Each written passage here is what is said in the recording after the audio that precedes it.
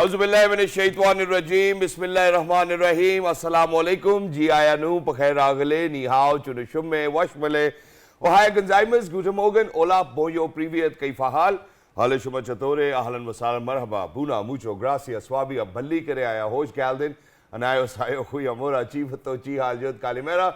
And a very warm welcome to everybody who's tuned into PTV World and are watching World this morning. Ladies and gentlemen, I'm very lucky that I've been joined by my wonderful, well-learned colleague who happens to be Ms. Hajar Satti.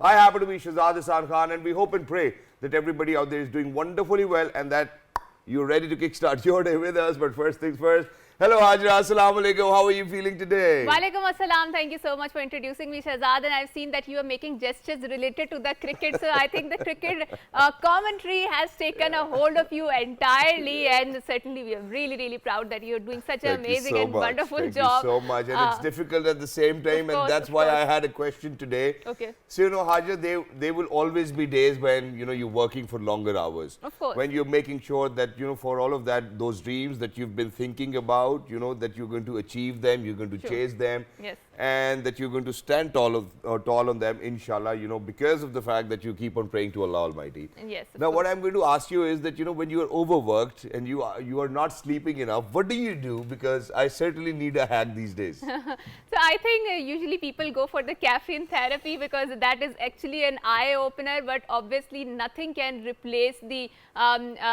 what do you call it, the sukoon or the that we get from the rest, right? And we certainly need to rest and do not overwork, but obviously there are certain situations when we have to do it. You do not have any situation, you do not have any sort of what do you call it, a compromise for that. So I think with that, what you can do is the caffeine therapy is the best, but I think too much caffeine is also very problematic because I do get palpitations. I don't know about you. Yes. All right. So, you know, thank you so much that, you know, kindly you referred to coffee, but I believe that over here, a lot of people certainly do not have any idea of how coffee needs to be made. And which is why, you know, if you are to drink coffee, ladies and gentlemen, I'm going to give you a recommendation. It's a humble submission. Please make sure that you drink only Ethiopian coffee. You know, and you will certainly feel that coffee has actually woken you up, and that's something which will give you energy. So please make sure that you do that. But whenever you get time, please make sure that you sleep. You put your cell phone away, do not take any calls, and just sleep for a longer period of time, work out, and then feel relaxed.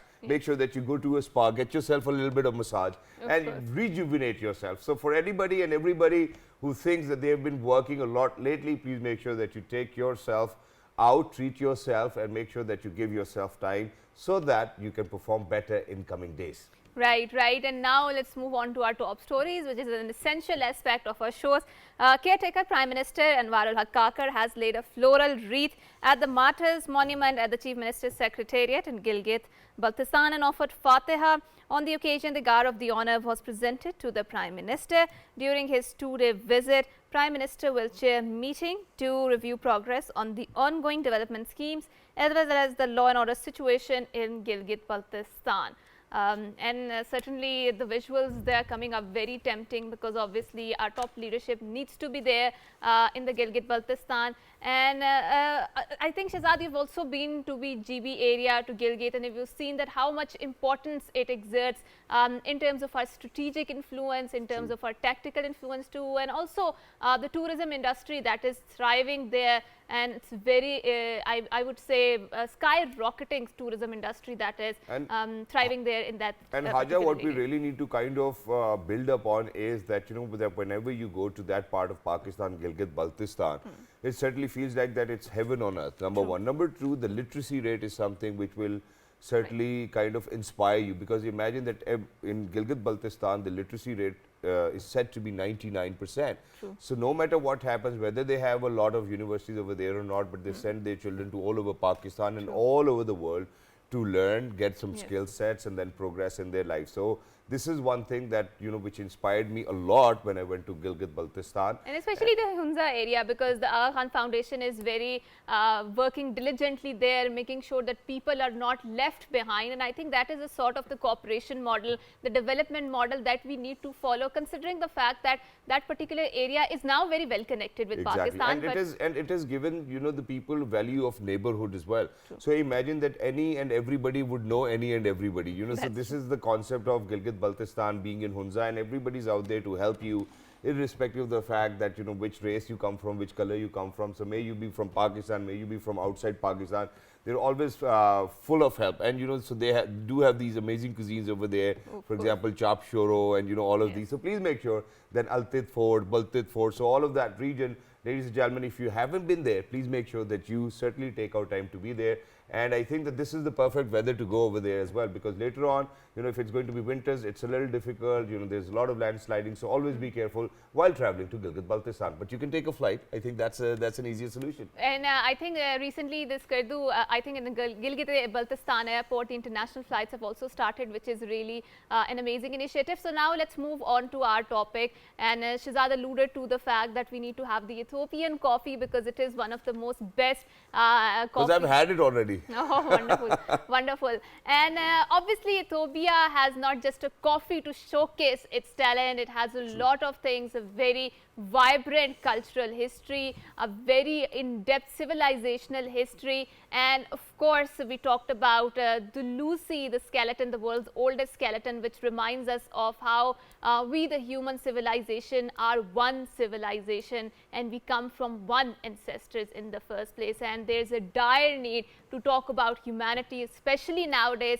when there's so much climate change and when there's this entire shift in how the nature is interacting, or rather we are interacting with nature, and then we are seeing the repercussions in the first place. Exactly, right? and in addition to that, we certainly need to go back in time, you know, so a little bit of history on that, and that too that, you know, back in 1972, for the very first time, Zulfikar Ali Bhutto Sahab actually visited, and that was the first ever high level meeting which took place. But not just that, you know, fast forward to come down to 2019, where His Excellency the Prime Minister of the Federal Democratic Republic of Ethiopia, Dr. Abiy Ahmed Ali, you know, revised the foreign policy, and then later on, just a year ago from today, we had this amazing gentleman, wonderfully dressed up, making sure that, you know, that he's going to represent his country in the best of manners.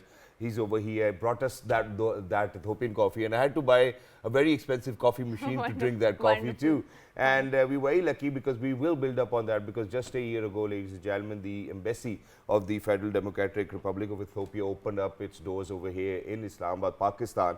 And that's something that we want to talk about, that what have we gained so far. Not just that, you know, there's a lot of contribution and there's a lot of voice which is being raised about Pakistan being so vulnerable to climate change. So we will be talking about all of that, and we're very lucky that we've been joined by the Ambassador of Ethiopia to Pakistan, His Excellency Jamal Bakr Abdullah. Hello sir, Assalamu alaikum, good morning. How are you feeling today? Oh, wa alaikum assalam wa rahmatullahi wa barakatuh, Shahzad and Hijra. Thank you very much.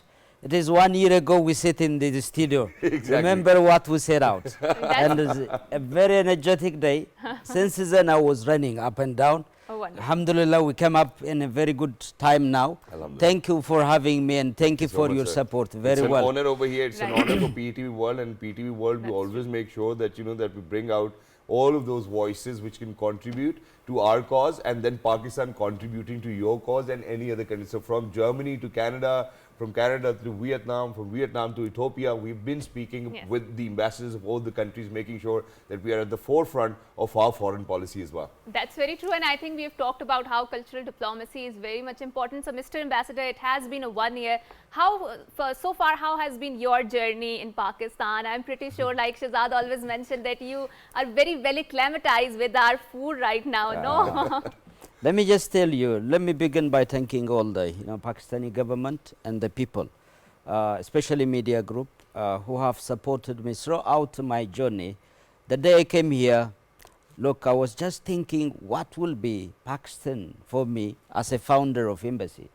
I was looking, reading a lot, and but if there was one thing I know, if you want to learn and know the people, go and live with them. True. The truth is that one. So I came to know Pakistan. When I came here, I've got open, heart, open mind, open door policy. From that day onward, I feel that I am in my home. I never feel that I'm outside my home. So one thing, Ajra, you said, the cultural issue is something beyond, that attaches us beyond geography. So whatever geographical location, whatever we came here, so we are just, like two brothers, looking for one another for so long. Wow. I just came here, I found my, true brothers and sister who have, supported me without any reserve to make my mission very successful, to make my journey very easy and lovely. So I have walked all around Pakistan. I've met all walks of Pakistani, from the head, the President, Dr. Alvi, all the way, the Prime Minister. I've met the former Prime Minister, Shahbaz Sharif. I met with the former Foreign Minister, Bilal Bhutto, His Excellency, all of them. We are like a brother and friend. Not only that. And it's wonderful to see that. But where you mentioned that you've traveled all over Pakistan and you wanted to live with the people so that you can understand better and that we could share that brotherhood. There's one more thing. So, if our audiences might have realized, these cups today do not say world this morning. These cups say explore Karachi with Ethiopian airline. I think this is one thing which I would want to talk about for everybody who's outside, because we go out in 47 different countries. Can you please tell us a little about, exploring Karachi with Ethiopian airline? Thank you, Shahzad. This is very critical. I visited actually the Karachi monument of the fund, Qadi-Azam, and when the first time I came, I went there. Because the idea that runs this nation is built on that, ideas. And Karachi is always, very close to us when we look into Africa.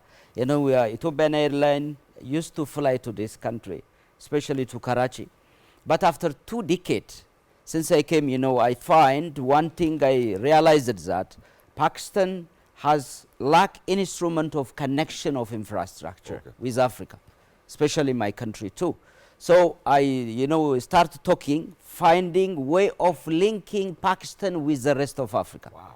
Thus, institutional gap and also infrastructure. What happened to me, I know. When I come to this country, I travel from Addis Ababa, Ethiopia, all the way to Dubai, stay for a long hour there, came here. So it was long hour overdue. Then I said, oh, so this must be some ways to connect Pakistan with the rest of Africa and Ethiopia. And you did it. I did it. That was a good gift from me. And I did, I was pushing my team back home in Ethiopia to bring Ethiopian Airlines. As you know, Ethiopian Airlines is one of the top 10 in the global airlines. Wow. In number, and if you see the size, we're flying to more over than 160 destinations in the globe. More than 160 destinations. 60 destinations.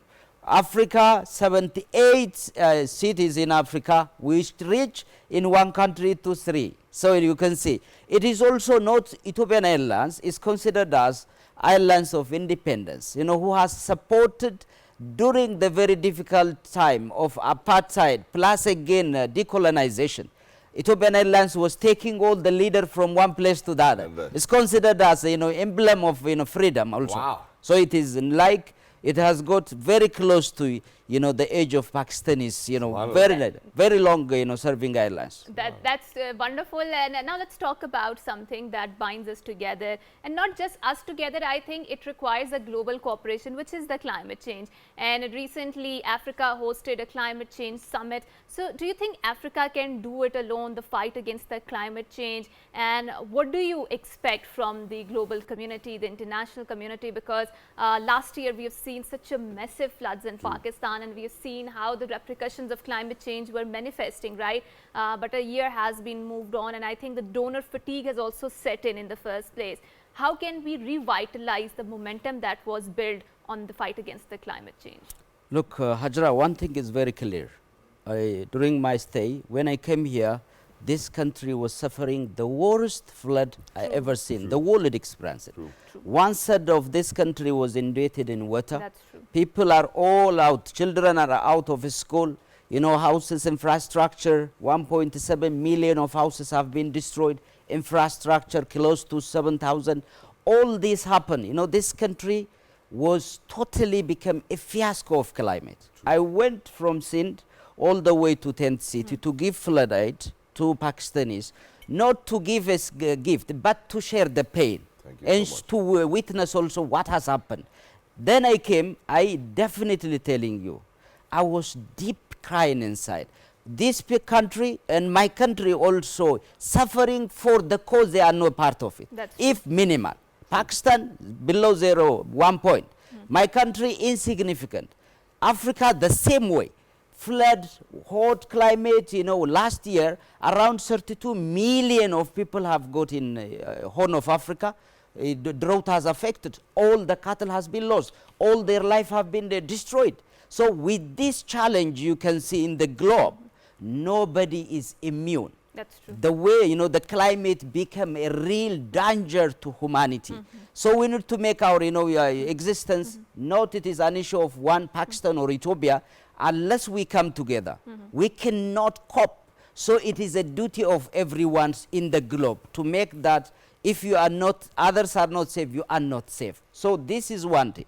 What we did, especially with this, we have got a good discussion with the Pakistan government.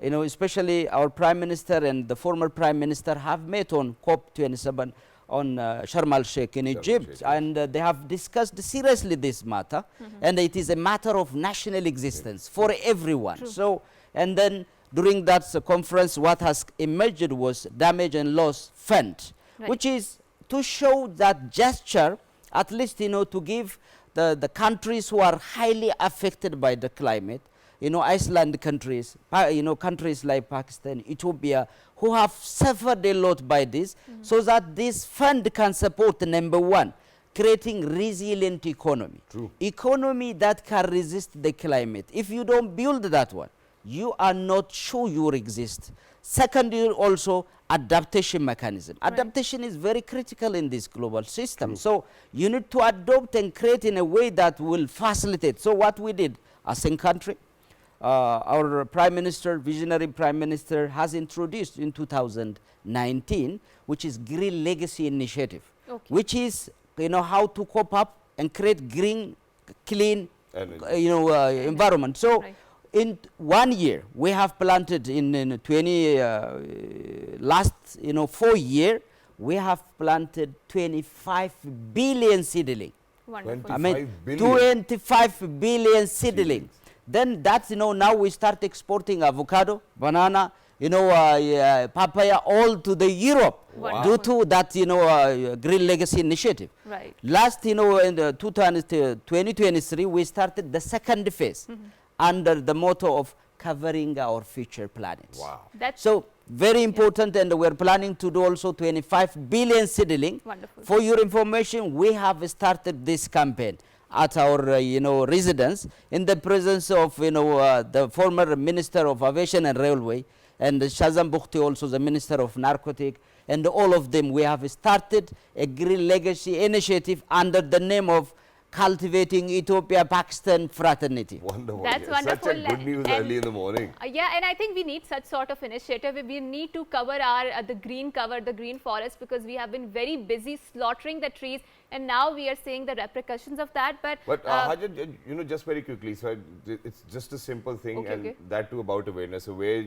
His Excellency has actually mentioned that that seedlings, with the help of those seedlings, they were able to export papaya. That's a very sustainable model, right? Yeah, banana and whatnot. I think that we've seen such a model over here in Pakistan as well, but I don't know whether those were fruit seedlings or not. So I think we've been planting trees to get the environment green, And but rather to think about to produce more fruits, because we are an agrarian economy as well. I think it would have been a better idea. I think there is a lot of momentum nowadays, especially when it comes to the discourse on the climate change. So we need to make sure that we do not lose that momentum. But Mr. Ambassador, His Excellency, we've seen that obviously Africa has done the climate change summit, and I alluded to the fact that there's a donor fatigue that has set in, and people, especially the Western countries, they are reluctant to pay money to the loss and damage fund, because they feel that they are doing a favor to all of those countries that are suffering and are vulnerable to the climate change. Do you think that there is a hint or tint of racism in that concept in the first place? Like you mentioned,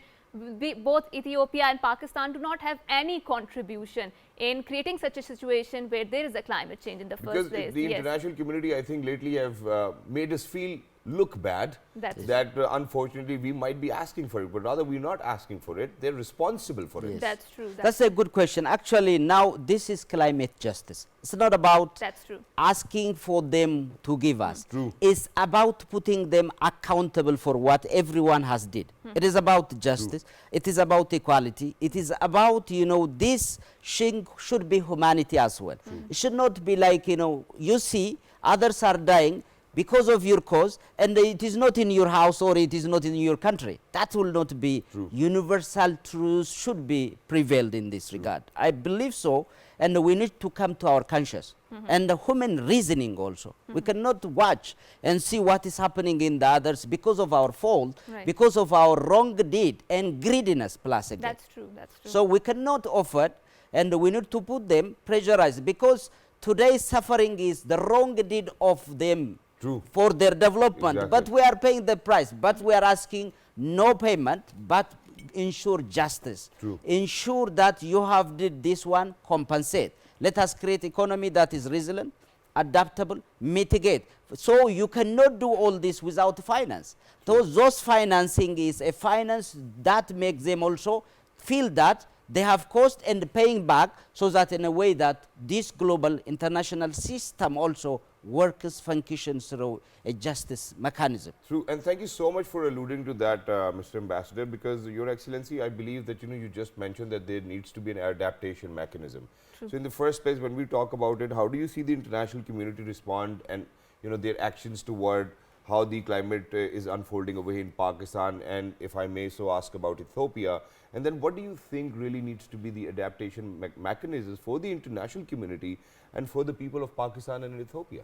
Look, one thing is very important. Adaptation, unless we try to adopt day by day, we are close to doomsday actually. True. Of a climate. True. You can see everything, we need to make sure that our, life exists on this planet. So number one, we need to create, one, social mobilizations. Okay. Number one, social mobilization is very important. We need to create awareness. Look, NGOs, think tanks, civil societies, they have been doing a lot on this one. Last time I was, one, counselors came to me. They do climate justice by, walking. So all over the world, we need to sensitize throughout social media, anchors, everyone. We need to talk this one. Unless, we talk today, unless we try to prevent the danger folding on our, planet and ourselves, we will be facing a swap of this, the planet. So adaptation is number one in terms of, creating locally emerging technologies that can be used. One way is the one we have introduced, like Green Legacy Initiative. Pakistan have started somehow some years ago also, covering of the, a lot of mountains and the land. So this way, introducing, technologies that, again, plus a plant that can create a, long impacts on the environment itself. Right. Yeah, right. thank you so much for saying that, because at this point of time, because we do know that we are most vulnerable to climate change, and we have seen losses of in Pakistan of about $30 billion or $40 billion $40 of billion. infrastructure Yes. and whatnot. Now, what I would want to ask you is that since we continue to strive for excellence and we make sure that the international community responds to it and takes responsibility, where you spoke about climate justice. What I need to ask you about is that we certainly, when we speak of adaptation mechanism, don't you think that one day, inshallah, because that's what we believe in, if Allah Almighty allows us to, that one day if we avoid such a calamity, that it's not a question of our national existence, don't you think that if climate change starts to kind of have an impact on the other parts of the world, how do you think that we really need to make sure that we contribute to their cause? And also, let's talk about, because we are really short on time, and I wanted to ask you this question about the Ethiopia's, one of the largest crowdfunding and public funding, a dam called the Renaissance Dam, and it has been in the news for quite some time. And we've seen how, because of the climate change, the water tributaries are being affected. And I think Pakistan has the same to say about the climate change, about how our tributaries, which is a sort of a joint, I would say, the natural habitat, or the joint natural habitat, but it is being affected because of the climate change, right? So what do you have to say about Look, one thing is very important. Actually, unless we do things that, save us, as I said, is we are in danger of, our lives. So Ethiopia, what we have done is maintaining the sustainable way of, flow of water. We are highly cultivating plants. That is environmental resistance. That is also contributing for as a food, plus again, for environment too. So throughout the year in Ethiopia, where we are continuously, the flow of water is there. One, we did green plantation that we have started with, the initiative for Prime Minister. Right. That has continuously changed the political, economic landscape of Ethiopia. Now, we have done the fourth filling of Ethiopia's Renaissance Dam before 2 days ago. That has never been reduced the water flow down to our brothers in Egypt and Sudan. And it has no impact, significant impact on that. Okay. So we are continuously engaging with them. And this should be always cooperation. We are connected through the blood of Nile. Right. We are a Nile blood Yes. community. Yes. So all the way on the upper riparian, if you try to affect the community down, that is also very dangerous. So we need to feel like a community that strives for collective goals. So that we need to share this resource across in a reasonable way, a rational way also. Right. So Ethiopia has a demand to, go out of poverty, energy clean. The turbine, as it said, it produces around 6,500 megawatt of energy. Right. Number one biggest dam in Africa. Right. It is also clean, sustainable energy. Right. If you put reserve over there, it keeps, during even drought time, you can save, 1 billion of evaporation, keeping that water there. Wonderful. So it is researched, international, panel of experts have checked, no impact at all. We are dealing with them. So this kind of initiatives completely, I think topography of Pakistan allows very well. They can do a lot. I have been in talk with the energy minister on this regard. So they can build, we can share, dam, building. We are building a huge, all technologies mostly came from our, homegrown. Wow. And we have a capacity to that. Almost now we are building close to 100 dams somewhere. So our energy, 96.6 comes from clean energy. Wow, it's wonderful, it's amazing, and to be very honest, I think we look forward to having such relationships where we could exchange technology, and I think that'll be great. But very quickly, since we're short on time, Your Excellency, if there's anything you would want to say on behalf of the Ethiopian people and for PTV World, for our audiences in 47 different countries, please go ahead. That's your camera over there. All right, thank you, gentlemen. First of all, I'd like to thank you, the Pakistan government and people, for the support they extended to my country, especially during difficult time. Pakistan has supported politically, standing with us, defending our sovereignty, territorial integrity, and our constitutional order. That is a big, respect that we have.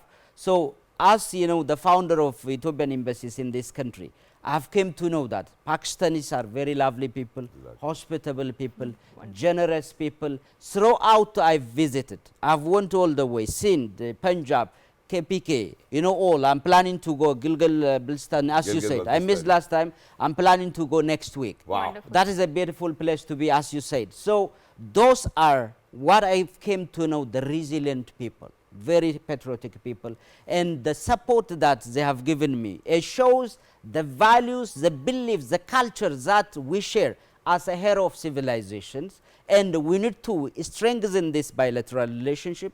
We have a good bilateral relationship now, very ideal relationship. Politically, we are doing very well.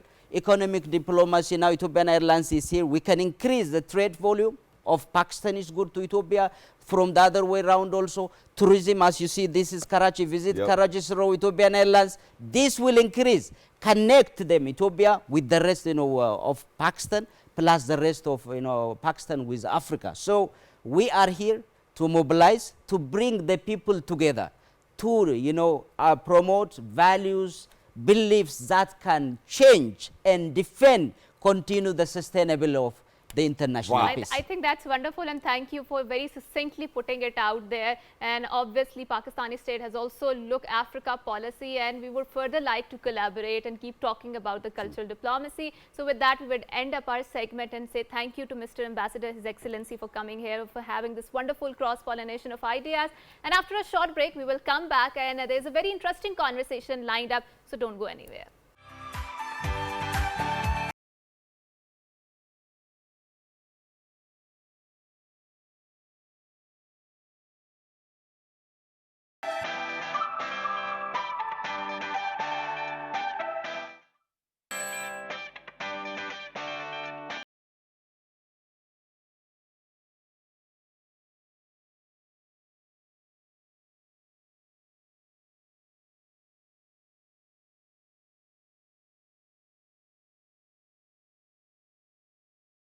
All right, people, welcome back. Thank you so much for staying tuned to PTV World. You're certainly watching World This Morning alongside Hajar Sati, and I happen to be Shahzad Hassan Khan. And before heading out towards a short break, we were in conversation with the ambassador of the Federal Democratic Republic of Ethiopia.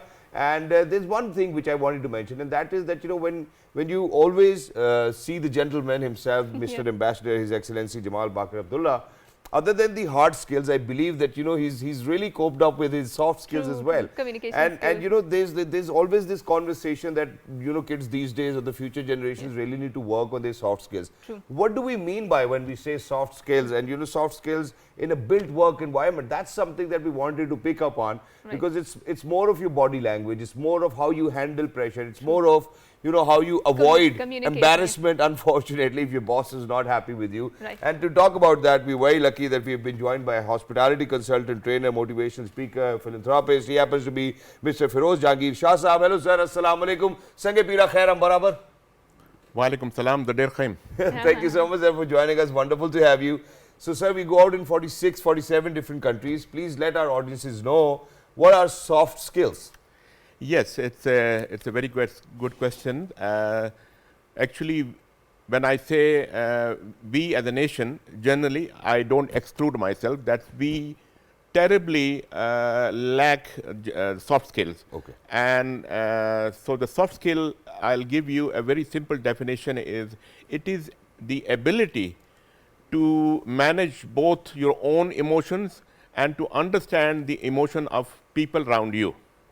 But sir, you know, these days what we focus on is ourselves. You know, we do not focus on people. So Yes. So let's start from ourselves. So how do we understand that what I'm going through emotionally, and how do you think I can rectify it myself? So that's a soft skill, right? Yes. So how do we do that? So first of all, I need to recognize whether, you know, if I am in love or not, you know, and if I am in love, what do I do about it if I am not getting any calls back? Yes, let's talk about that. You're very right. I think we certainly need to contact your wife about it, right?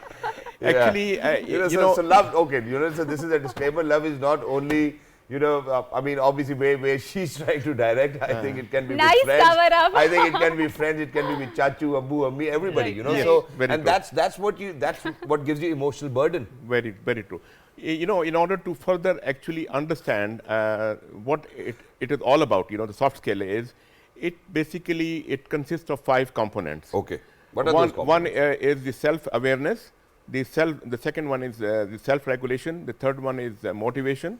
The fourth one is empathy, and the fifth one is social skills. Right. It is consists of all, I would say, 5 pillars. It is very important. And I just give you an example that, you know, we are talking about the workplace. So I'm just giving you an example how it impacts the overall credibility or the reputation of an organization. Supposingly there is a director. He is lacking empathy, and he is very abusive when he talks to his employees, and especially a group of people. Yes. So the people will be demotivated, and the turnover of the employee would be very high. And on the other hand, there is a boss B who has all these 5 qualities, and he will really he will really motivate his team to his maximum, and he will the employees will be very happy and cheerful, and the productivity or performance of the organization would be over the sky. But sir, there's one more contrast to it, and Yes. I'm very sorry that I'm bringing that up, but we have a very common phrase over here, ke sar pe chadha rakha hai. So what happens is that when you're too kind, people certainly do not show up at work, and you know, this is something which I would want Pakistani people to understand. Unfortunately, what happens is that if somebody is nicer to them, rather than going all the way out, making sure that they are going to support them, do their work 100%, what they do is that they take advantage of it. No, I'll tell you how to cope up with this situation. Sure, please. Because you see, there is 2 scenarios. One is your workplace, and one is your private life. Yeah. You can crack jokes and sit with a friend, but while you are at work, first of all, you have to take the ownership of your workplace, that it is your own place. It is not belongs to Mr. Shahzad or Mr. Feroz. It is your own place, unless and until, because wherever I've been, I tried to, the very first message in the training I give or inculcate into the minds of the people is to take the ownership. And second thing is that I have to maintain a sober, I would say, Outlook. a stance. Like I have to be, I have to be cool and correct. That is the right word, cool and correct. And I have to maintain a discipline. Discipline is very important. And actually. how important it is to be politically correct at workplace? Could you just repeat it? Okay, so you know what I'm trying to say is that imagine what happens over here is that we have a culture that people would be all around the boss. You know, they will give them that emotional boost to the boss every single time. Boss, you're looking great. Boss, come on, let's go out for lunch. Boss, let's do that. Let's not do that. So what happens is that when people are trying to do that, when they're trying to impress their bosses, they forget to work. And the boss certainly forgets to get them to work. Yes. I tell you, this is my personal observation. I have not read in any book. This is my personal observation, and it's 100% right. People who are giving too many, I would say, compliments, like if I am the general manager of a hotel and my Sir, आप क्या काम करते हैं, sir? क्या काम? But ठीक है, my supervisor or manager says, Mr. Feroz, you are wearing what a beautiful suit. You know what smart you are, and what you have wearing a silk tie, and you have a Bali shoes and all that. So mark my words, that person is professionally zero. Okay. That's true. And That's he tried to compensate. So in order to hide his weaknesses, he's trying to be on your guard.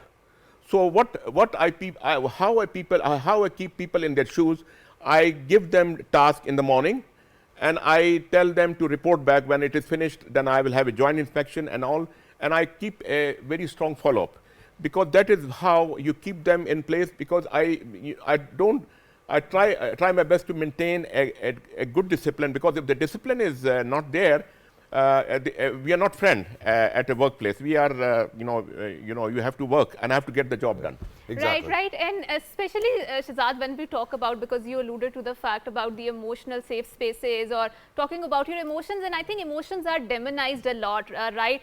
Because someone says that you're getting too much emotional or you're getting too much sentimental in the first place. Yes, of course. And people do not realize, of course, we are humans and we do experience a lot of emotions according to the situation, according to the external stimuli, right? So how can we have a more healthy conversations where we can talk about, right?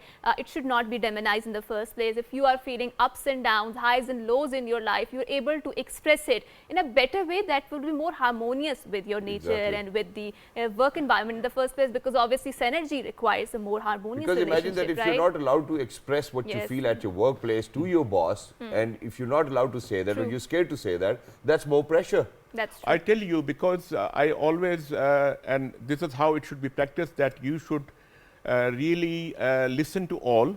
And even I am the decision maker, I will not say that I am the one who will take the decision. No, I will take collective, I will have input of all my, if there are maybe 20 in the team member or 10, I will take an input from all. I will make sure that everybody speaks. And then whatever will be the, I would say, more appropriate or practical solution, I will obviously have to lead. Exactly. And which is why, you know, sir, we come across this situation. So I would certainly want you to let us know, help us and guide us through that, you know, what sort of soft skill is required. Because what happens is that imagine that we over here have seen during our work experiences, because we go out to so many different places, that not most of the times, but half of the time, we might have come across a situation where a subordinate is smarter than the boss, number one. Number two, you know, because the boss had greater connections with people, so he actually sits on a chair where decision making is difficult for him, but rather he's pleasing his bosses, his heads, and that's something that we do experience. Now for a person who's more smart, who's more capable and has the ability to take the organization skyrocketing and get more profits or whatever he's required to do, unfortunately couldn't do that because of the fact that there's one person who, you know, where people didn't really ensure meritocracy and brought them in just because they were good friends or whatever relations they had. How do you think a soft skill of what sort can actually, you know, probably help that gentleman who's in a situation like this? Actually, I tell you, it is very important to understand what sort of soft skills are required. I'll give you an example. When you interact at a workplace with your co-workers and colleagues, things like your leadership skills, your motivation skills, problem solving skills, your being empathetic, being a team player, your communication skills, your dispute resolution skills, and these are very, very important. And as you said that number two is more smarter than his boss. Yes. So how you know, and if he's And given he never ends up as a boss, right? yes, You know, and if he's given a chance, he will probably perform in a better way. but he's not given a chance, no? So I tell you, it is for the organization. There should be a system or mechanism in place whereby some people can be really nasty. Sir, that's fine, but you So know, let's they not should talk about recognize, that. they Because should we're short recognize. on time, I want you to give that gentleman a soft skill which will help him establish that leadership within that organization. That organization finally realizes that Yes. he's the right choice. Actually, whatever task he does, my suggestion would be for this person would be that whatever task he does, he should be well documented, and he should really be to this line manager or direct supervisor. He should tell him what he has done it, and rather he should Or plan mail the heads directly. or plan ahead of one day ahead of him. Naukri You know, tell him that this is what, sir, 4 jobs I have lined up. This is what this will be done in this manner. Because How a lot of people take other people's credit, you know, Yeah. to themselves, and then they show as if they've been doing all of that work, and that's an irony, And unfortunately. I think there's a lot of interdepartmental rivalries within an organization, right? So how Finance, HR, Yeah. you So- know, so- marketing. How do we do I'll give you. I was asked this question in London way back in 2001. That We're not behind, sir. Thank you so much. that you've joined as the chief engineer of. That's answer your question. Sure. You know, you are faced with 2 situations, that there is a housekeeping department who are trying to pull your leg, and they don't spare a moment to let you down. So how you're going to you know, deal with this situation? So I'll say that well. Everybody I don't expect that there is a dirty politics or there is a this kind of activity going on, because nobody has time. So what I do, I try to catch up, because one housekeeping department assigned to the engineering some job which was not done. So there is an irritant which exists between the two departments. So when you should be one to go around and meet those people and ask them, is there anything pending? So you get the job done and it is well done. So there is no irritant and there is no dirty politics and no jealousy. Exactly. Thank you so much, sir, for you know, giving us Thank those you so soft much. skills and you know, a better understanding of what needs to be done. Very quickly, one last question. So now, from you know, a very organizational environment, you go back to your house, right? So you're in a leadership chair where you know, in your workplace you do get a lot of people, you know, who praising you. You're getting the job done. But what happens is, as soon as you land at your place, you know, you certainly see that you know, you were a leader an hour earlier, but now you're a follower. How do you think that you can maintain that position in you your see, household as well? I got your point. Unfortunately, it's a male-dominated society. You know, when we are at work, okay, I'm the leader, but when I go home, my wife is the leader. She is the manager, and you should accept this fact that you know, she So manages. there's no turning around from there There's no on. turning around. So it's not that आप उसके थले लग गए. It's not like that. You know, you have to accept it. You know, so. यानी वो accept कर ले आप. Office में नहीं accept करना, घर No, में no, accept yes, करना. yes, yes. Okay, that was a यानी आपने भी accept कर लिया. Yes. Okay, thank you so much for this conversation, and we would like to wrap up our segment, and thank you so much once again for coming to our show. So until next time, it's a goodbye, Allah Hafiz, and Mata Saramina Kunde. Good morning. good morning.